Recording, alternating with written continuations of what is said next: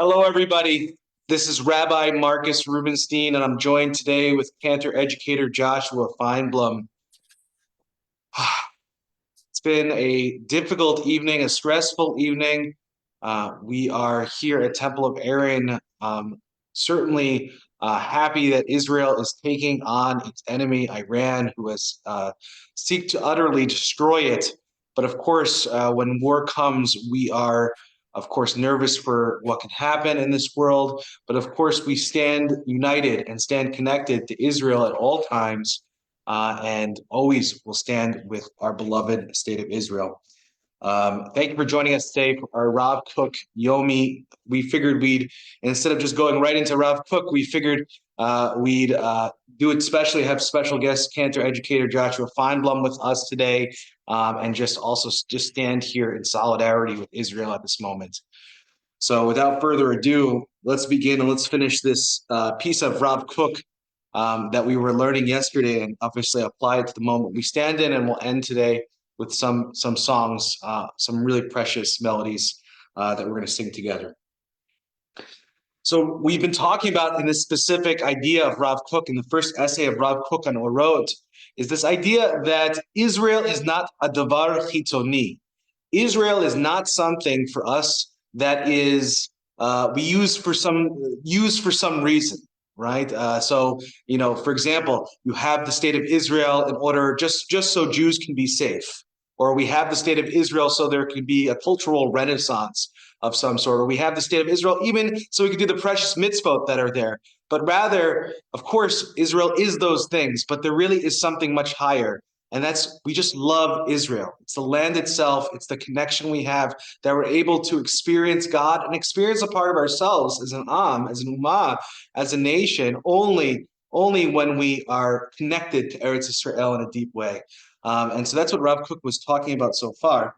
And he ends this by saying, Hamaktava al derech davar Eretz Israel, thinking about, or the thought on Eretz Israel, or thinking about the land of Israel, shehirak erech chitzonik de amdat agudat ha'umah.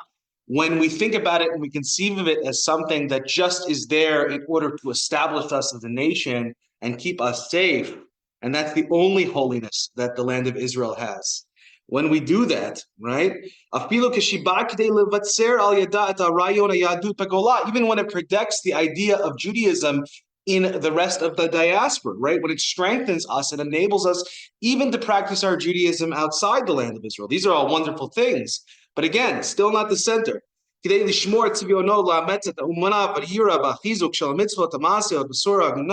Enables us to live out our Jewish life and able to do and be Jewish here, right? And actually, which is all wonderful, right? It's really, really wonderful and really important.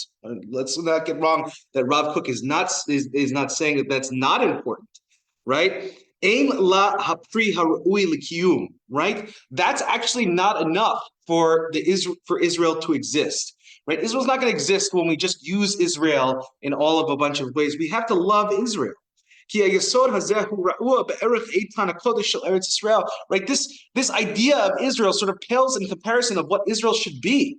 Right? We shouldn't have Israel because we're scared. We shouldn't have Israel because we will be more protected or everything like that. We should have Israel because Israel is wonderful. Israel is beautiful for what it has, for its spiritual beauty, for its ability to reveal an essential part of our nation, of who we are. It's an essential connection to our very soul of what we are, and so he continues and he finishes this beautiful essay off by saying, right?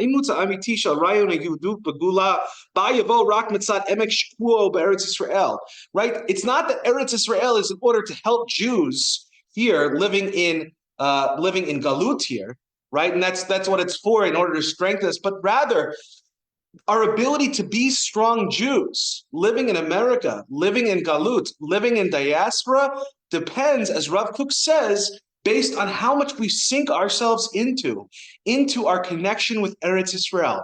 That's actually what gives us the ability to be Jews. But I think it's really important which comes first, right? It's not the fact that the only point of Israel is so we could be strong over here. But rather, right, ideally, right? That the real point of this is for us to connect to Eretz Israel, and that enables us to be who we need to be in this world.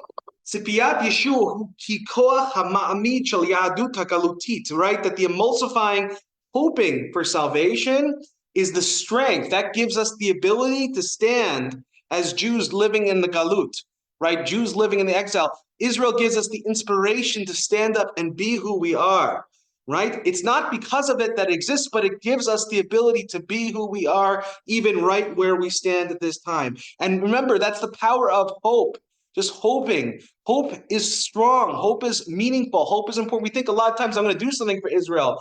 Well, hoping for Israel and hoping for Israel's salvation actually enables us to be full Jews in this world. And finally, I think this is so important. Hayadut shel Eretz Israel Yeshu Atzma. He ends by saying that the Judaism of the land of Israel that we've been able to create there, and that the state of Israel has created of how Jews can be Jewish, is salvation itself. It is the redemption itself. To have Eretz Israel, to be able to be a Jew in Eretz Israel, or to be a Jewish nation where Jews can be who they are and connect to Eretz Israel, is salvation. And so it's so important at this exact moment when we stand in war, in a time of war, and protecting the Jewish people and protecting the Jewish state, that we connect to what Israel is really about. Not just the negative of protecting us and making us safe, and those are all wonderful, but that we want Israel because we love Israel, because we can connect to God in that land like no other place. That it really is part of our very souls and our very beings. And if we're able to connect to that, we know together as a Jewish nation, we'll get through even the most trying and hard times. Without further ado, let's end our Rav Kook Yomi today with some important songs from Cantor Education. Thank you for joining us today. Yeah, and I think that that hope that we obviously have is evident in some of the songs that came forth after October 7th, but were throughout the history of the Jewish people. And one of those is thinking about all of those right now in Israel, and since October 7th, the words of Achenu, right? All of our brothers and sisters in Eretz Israel, and we're thinking about them at this time and praying for them. So let's sing together Achenu. Achenu, Kol Beit Yisrael. Achenu, Kol Beit Yisrael. Hanetunim b'tzara, b'tzara ubashilya, haomdim ben bayam uben bayabasha.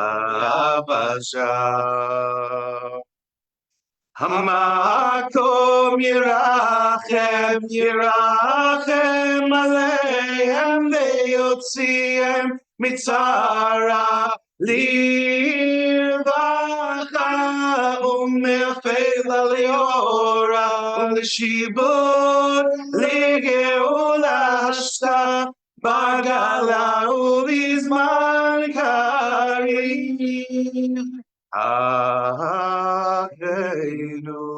Kol Beit Yisrael. Achenu, Kol Beit Yisrael. Hanetunim b'tzara, b'tzara ubashivia, haomdim ben bayam uben bayabasha. And obviously, it's appropriate today to end with that hope, with that tikva, with hatikva, as we stand in solidarity with our brothers and sisters all over the world, in hopes of continuing to defend the land of Israel, to love the land of Israel, to put ourselves in the land of Israel, and to really pray with our hearts that everything in the days to come and in our own lives will be better because of the state of Israel as well. And to find and to feel that spiritual homeland, even if we're not there. Kol baleva enima nefesh Yehudi homiya ufate mizrach kadima ayin Zion Sophia. עוד לא עמדה תקוותנו, התקווה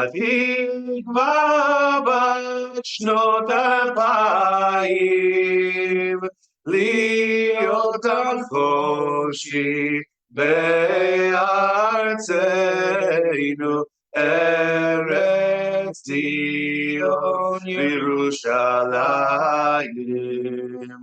להיות החופשי בארצנו, ארץ ציון וירושלים.